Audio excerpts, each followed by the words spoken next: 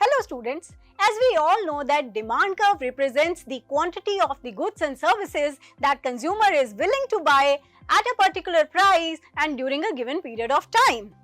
And this demand curve can shift due to various reasons.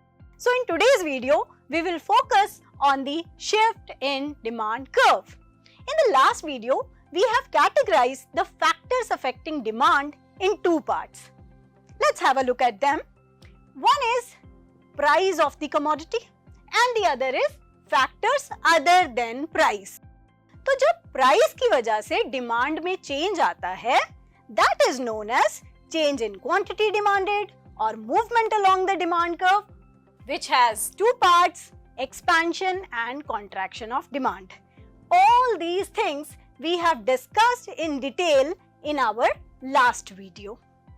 Now, whenever demand change due to factors other than price, जब price को छोड़कर किसी और reason की वजह से, for example price of related good, income of the consumer, taste and preferences, etc., अगर इनकी वजह से डिमांड चेंज होती है, then it is change in demand or shift in demand curve or increase and decrease in demand. So today we will focus on all these things and we will learn about them in detail. So let's begin with what is meant by shift in demand curve. जैसा कि हमने अभी बात की कि price को छोड़कर जब बाकी रीजंस की वजह से डिमांड चेंज होती है, then what will be the definition? Whenever there is a change in demand due to change in factors other than price, it is known as shift in demand curve. Here, price of the commodity remains constant. यहाँ price में कोई change नहीं होगा. Price को छोड़कर बाकी factors के change होने की वजह से डिमांड चेंज होती है. It has two parts. One is increase in demand and the other is decrease in demand. जैसा कि हमने अभी बात की कि shift in demand curve होता है due to factors other than price, तो इसके दो parts, that is increase and decrease in demand, will also happen due to change in the factors other than price. Price को छोड़कर बाकी factors की वजह से.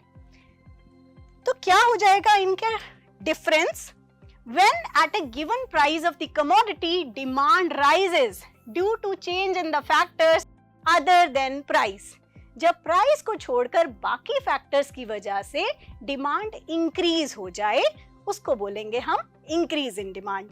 और सिमिलरली जब प्राइस को छोड़कर दूसरे फैक्टर्स की वजह से डिमांड फॉल हो जाए, तो उसको हम कहेंगे decrease in demand.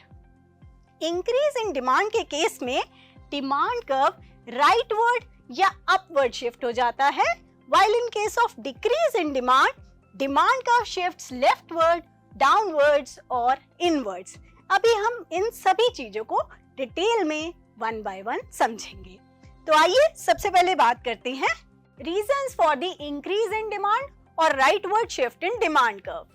So there are various reasons and all these reasons are basically due to factors other than price. The first reason is increase in the price of substitute good. Suppose there are two goods X and Y and these are substitute goods which can be used in place of each other. अगर हम good X की demand की increase की बात कर रहे हैं, तो आप सोचिए कि उसके सब्स्टिट्यूट गुड के प्राइस को क्या हुआ होगा. जरूर सब्स्टिट्यूट गुड महंगा हुआ होगा, तभी लोग Y को ना खरीदकर X को खरीदेंगे और उसकी डिमांड इंक्रीज हो जाएगी. So whenever there is increase in the price of substitute good, demand increases. Now let's talk about complementary goods. Complementary goods are always used together. Suppose X and Y are complementary goods. अगर हम good X की demand की increase की बात कर रहे हैं, तो आप सोचिए कि उसके कॉम्प्लीमेंट्री गुड Y के प्राइस को क्या हुआ होगा. जरूर कॉम्प्लीमेंट्री गुड सस्ता हुआ होगा, तभी लोग गुड X को भी खरीदना पसंद करेंगे. So whenever there is decrease in the price of complementary good, there is increase in demand. Similarly, if there is increase in the income of the consumer for normal goods, यहाँ normal goods इसलिए लिखा गया है क्योंकि जब भी consumer की income increase होती है तो उसकी नॉर्मल गुड की डिमांड इंक्रीज होती है और इंफीरियर गुड की डिमांड डिक्रीज हो जाती है. Another reason is favorable change in taste and preferences of the consumer. जब कंज्यूमर की taste and preferences positive way में चेंज हो जाएं या जो चीज कंज्यूमर को पसंद है वो उसे ज्यादा खरीदना पसंद करेगा, then there will be increase in demand. Similarly, if consumer expects a rise in price in near future, अगर कंज्यूमर को लगता है कि फ्यूचर में किसी कमोडिटी का प्राइस ज्यादा होने वाला है तो वो उसे आज ही खरीद लेगा, and in that case current demand will increase. So these are the reasons for the rightward shift or increase in demand. Now let's have a look how increase in demand is shown graphically. This is our original demand curve, downward sloping straight line. And this is the original price and this is original quantity. On the x-axis we have measured quantity demanded and on the y-axis we have measured price. As we all know that increase in demand happens due to factors other than price. यहाँ price of the commodity change नहीं होता है, इसीलिए price constant रहेगा, but there will be increase in demand. Demand increase हो रही है और इसे हम rightward shift की तरफ दिखाएंगे. बाहर की तरफ rightward direction में parallelly demand curve को shift कर देंगे तो हमारा increase in demand या rightward shift in demand curve दिखाया जाता है. यहाँ प्राइस कांस्टेंट रहता है, due to other factors demand increase हो जाती है. Now let's have a look at reasons for decrease in demand और leftward shift in demand curve. तो जो अभी रीजंस हमने किए थे इंक्रीज इन डिमांड के, उसी का ऑपोजिट हो जाएगा in case of decrease in demand. Suppose x and y are substitute goods and we are talking about the demand of x to fall. तो अगर x की डिमांड डिक्रीज हो रही है तो आप सोचिए कि उसके सब्स्टिट्यूट गुड y के प्राइस को क्या हुआ है. ऑब्वियसली सब्स्टिट्यूट गुड का प्राइस फॉल हुआ होगा, तभी लोग y को खरीदेंगे और x को कम खरीदेंगे और उसकी डिमांड डिक्रीज हो जाएगी. So decrease in the price of substitute good leads to decrease in demand for the commodity. अगर x और y कॉम्प्लीमेंट्री गुड्स हैं और मैं x की डिमांड की डिक्रीज की बात कर रही हूँ तो उसके कॉम्प्लीमेंट्री गुड के प्राइस को क्या हुआ होगा.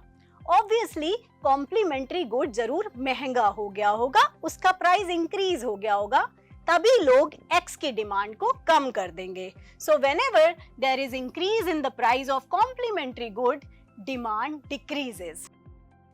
If income of the consumer decreases, अगर कंज्यूमर की इनकम कम हो जाए तो उसकी नॉर्मल गुड की डिमांड भी कम हो जाएगी, जबकि इंफीरियर गुड की इंक्रीज हो जाती है whenever there is decrease in income of the consumer. Now, if there is unfavorable change in taste and preferences, then also demand decreases. And if consumer expects the price of the commodity to fall in the near future, then also there is decrease in demand.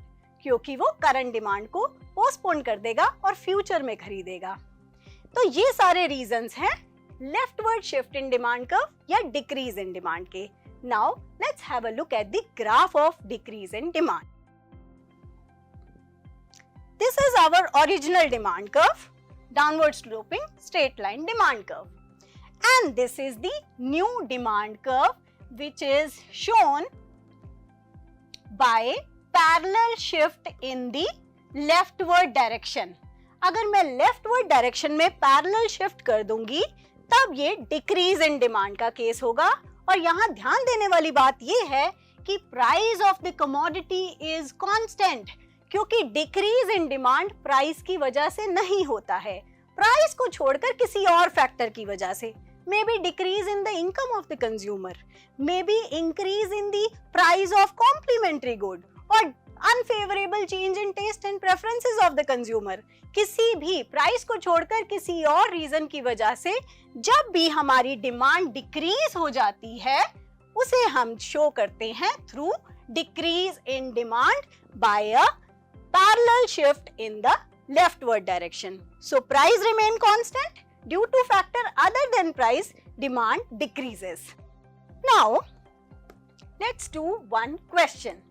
In this question, a table is given to us and we have to circle the correct option out of these two. If we look at the price, at price of rupees 25, quantity demanded is 200 units. And at the same price, now quantity demanded has fallen down to 125 units. So demand fall हो रही है पर price constant है। तो इसका मतलब है कि प्राइस को छोड़कर किसी और फैक्टर की वजह से डिमांड डिक्रीज हुई है। So what is this? Is this decrease in demand or contraction in demand? Yes, this is the case of decrease in demand. क्योंकि डिक्रीज इन डिमांड होती है प्राइस को छोड़कर किसी और फैक्टर की वजह से, और कॉन्ट्रैक्शन इन डिमांड होती है due to change in price. Now there is a task for you and in this task there are 2 questions which you have to attempt. So I hope in today's video you have understood about shift in demand curve which happens due to change in factors other than price. और अगर आप ये भी जानना चाहते हैं कि price की वजह से डिमांड कर्व में क्या चेंज आता है, तो आप हमारी video movement along the demand curve भी देख सकते हैं। See you again in the next session. Till then, keep learning and take care.